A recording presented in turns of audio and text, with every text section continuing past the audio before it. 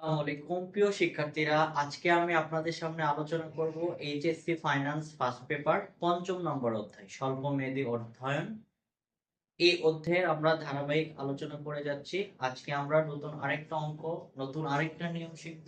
প্রথমে আমরা প্রশ্নটা করে নেব, তারপরে এই অঙ্কটা কিভাবে করা যায় সেই কৌশলটাই আপনাদের সামনে আজকে শেয়ার করব।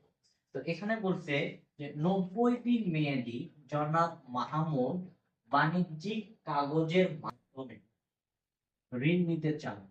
প্রতিটি বাণিজ্যিক কাগজের লিখিত মূল্য 100 টাকা এবং বিক্রয় মূল্য 96 টাকা।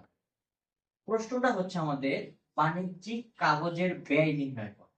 তাহলে আমাকে বাণিজ্যিক কাগজের ব্যয় নির্ণয় করতে গেলে প্রথমেই কিন্তু আমাদের বাণিজ্যিক কাগজের ব্যয়ের যে সূত্রটা সেটা জানতে হবে। তো ফার্স্ট অফ অল আমি আপনাদের অবশ্যই প্রথমে দেখাবো যে বাণিজ্যিক কাগজের ব্যয়ের সূত্রটা কি। তো আমরা এখানে লিখে দিচ্ছি,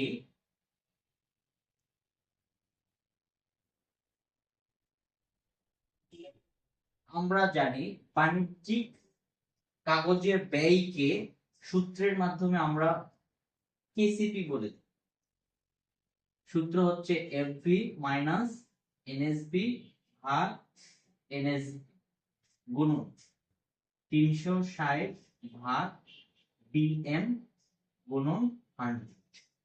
এই যে সূত্রটা লিখেছি আমরা বেশ কিছু সংক্ষিপ্ত নামগুলো দেখতে পাচ্ছি, এগুলোর এলাবোরেট আমরা পাশে লিখে দিই। প্রথমে আমরা লিখব KCP, cost of commercial paper.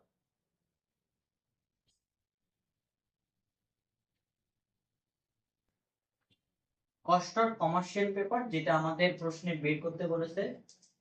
এরপরে আমরা এখানে দেখতে পাচ্ছি FV, face value. Face value মানে লিখিত মূল্য। তো আমাদের এই প্রশ্নে ফেস ভ্যালু কত দেওয়া আছে? কত দেওয়া আছে? 100 টাকা। ফেস ভ্যালু 100 টাকা।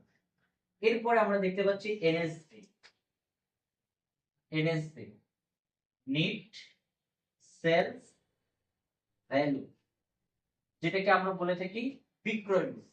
তাহলে এখানে বিক্রয় মূল্য কত দেওয়া আছে? বিক্রয় মূল্য আমাদের দেওয়া আছে 96। এরপরে আমরা এখানে আরেকটা মান দেখতে পাচ্ছি ডিএম, ডে অফ ম্যাচুরিটি, অর্থ হচ্ছে মেয়াদকাল। তাহলে এই অঙ্কের মেয়াদ, এই ঋণটা যদি জনাব মাহমুদ সাহেব নেয় তাহলে কত দিনের জন্য? 90 ডেজ।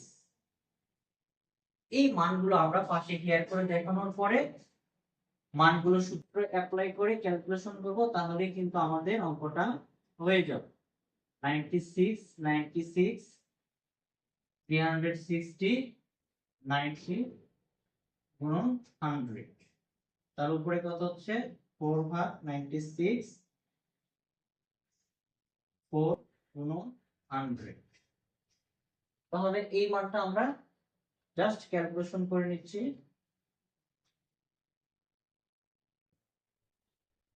দশমিক 04041657,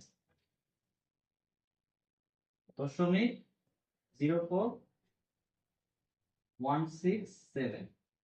ঠিক আছে, দশমিকের আগে শূন্য দেওয়াও যে কথা, না দেওয়া একই কথা। 4 গুণন 100। তো এর সাথে আমরা 4 গুণ করে নিচ্ছি, গুণন 4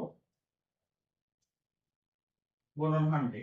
তাহলে রেজাল্ট হবে 16.63 অথবা 67%। শিক্ষার্থী বন্ধুরা, দেখুন আমরা কত সহজেই বাণিজ্যিক কাগজের ব্যয়ের মানগুলো বের করতে পারি। তো আজকের ভিডিওটা আপনাদের কেমন লেগেছে অবশ্যই লাইক কমেন্ট শেয়ারের মাধ্যমে আপনাদের মূল্যবান মতামত আমাদের জানাবেন। পরবর্তী ভিডিও দেখার আমন্ত্রণ জানিয়ে আজকের ক্লাসটা এখানেই শেষ করছি। সবাই ভালো থাকবেন, সুস্থ থাকবেন। আল্লাহ হাফেজ।